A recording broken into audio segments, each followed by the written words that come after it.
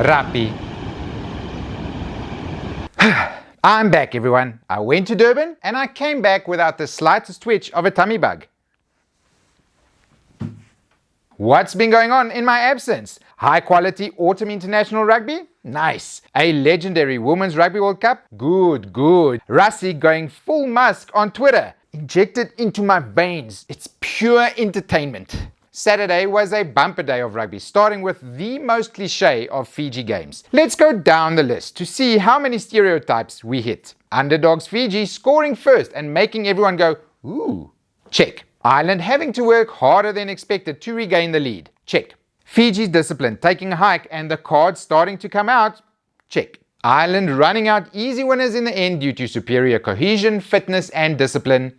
Check. Next game. Aussie. Aye. Mr. Rennie and friends have obviously not been watching the Urk lately. Otherwise, they might have known about players like Lamaro and Ruzza. Maybe they've been skipping the Premiership, or they would have known about Fischetti and Morisi. Italy is no longer a roll-in and win team. You have to actually try, especially at home. You could see the lack of Aussie intensity in the speed of the Italian rucks, 85% of which were below 3 seconds. Mamma mia! That kind of shows the lack of effort to compete from the Wallabies. Either that or they had a really weird game plan. Fast rucks led to line breaks. Line breaks led to desperate defense. Desperate defense led to 16 penalties. Not good at all. Now, it did all come down to a final missed conversion by the Wallabies, but it feels to me like the Wallabies never thought it would be that close in the first place. And as Lordy said, our feelings are our most genuine paths to knowledge. Next was another mismatch where England took on Japan. And also, Eddie coaching England against Japan kind of feels like Hitler joining the Allies in June 44 to help them beat the Nazis. Hardly fair, and the outcome a foregone conclusion. Now, did I just compare Eddie to Hitler? Yes. But only because I could not come up with another example during lunch at work while I'm writing this script. So, on to the next game. Wales versus Argentina. I did a live stream for this game on the Forever Sports YouTube channel, and it was a bit of a slog.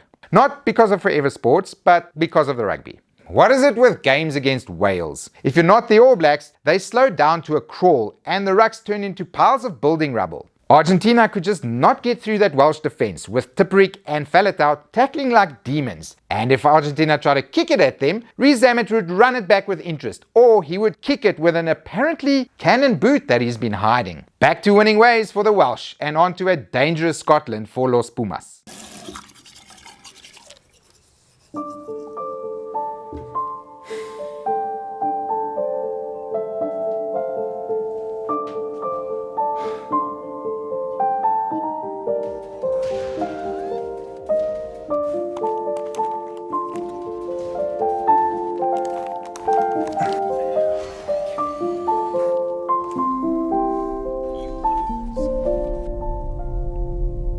Continue.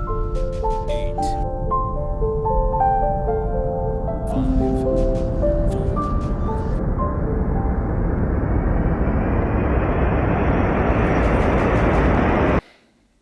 The Boks lost again. Second week in a row now. I don't even know what to say. Maybe that I'm proud of the way we came back after that 10th minute red card to Pieter Steff. And maybe that I love the tactic of us running the French deep kicks back at them using our fastest accelerators in Colby and Arendse. And also Colby bumping Gelange into a different blood group. France were just as bloody good. After 80 minutes in the Bok meat grinder, they had a flanker on the wing and their most important player was red carded. Yet they still managed to get that winning score against a 13-man box. It was war on that field and it was one of the best matches of the year. South Africa, France, Ireland, the All Blacks and maybe even England have great packs and good depth. The World Cup next year is gonna be incredible. Guess I had plenty to say. Last game. Scotland hosted the All Blacks on Sunday afternoon or 3 a.m. Monday morning if you're a Kiwi. Yucky. The time not being a Kiwi. Even more yucky would have been seeing the game the All Blacks were dishing up for 60 minutes. But much like the Fiji cliches mentioned earlier, the All Blacks are known for their final 20-minute scoring blitz and the Scottish are known for their final 20-minute implosions. A perfect combo for an All Black victory and for Scottish pain, for the 32nd time in a row. And with all those games out of the way, let's look at the news, which I'm sure contains more games. Important news first, and that's the incredible Women's World Cup final we witnessed on Saturday. Wow! England were entering that match on a 30-game winning streak and with a maul that could breach Troy. The Black Ferns were coming in with the best attacking team on the planet and maybe the best international coach ever guiding them? Maybe?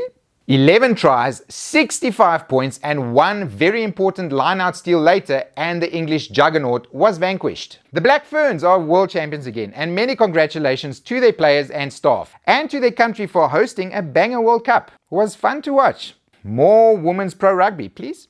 Next, World Rugby has announced their Academy Award nominations, and as always, some of them are weird. Harry Arundel got nominated for Breakthrough Player of the Year after only 28 minutes of international rugby. He's good. He's thick. But 28 minutes? I am backing Kapuwotso on this one.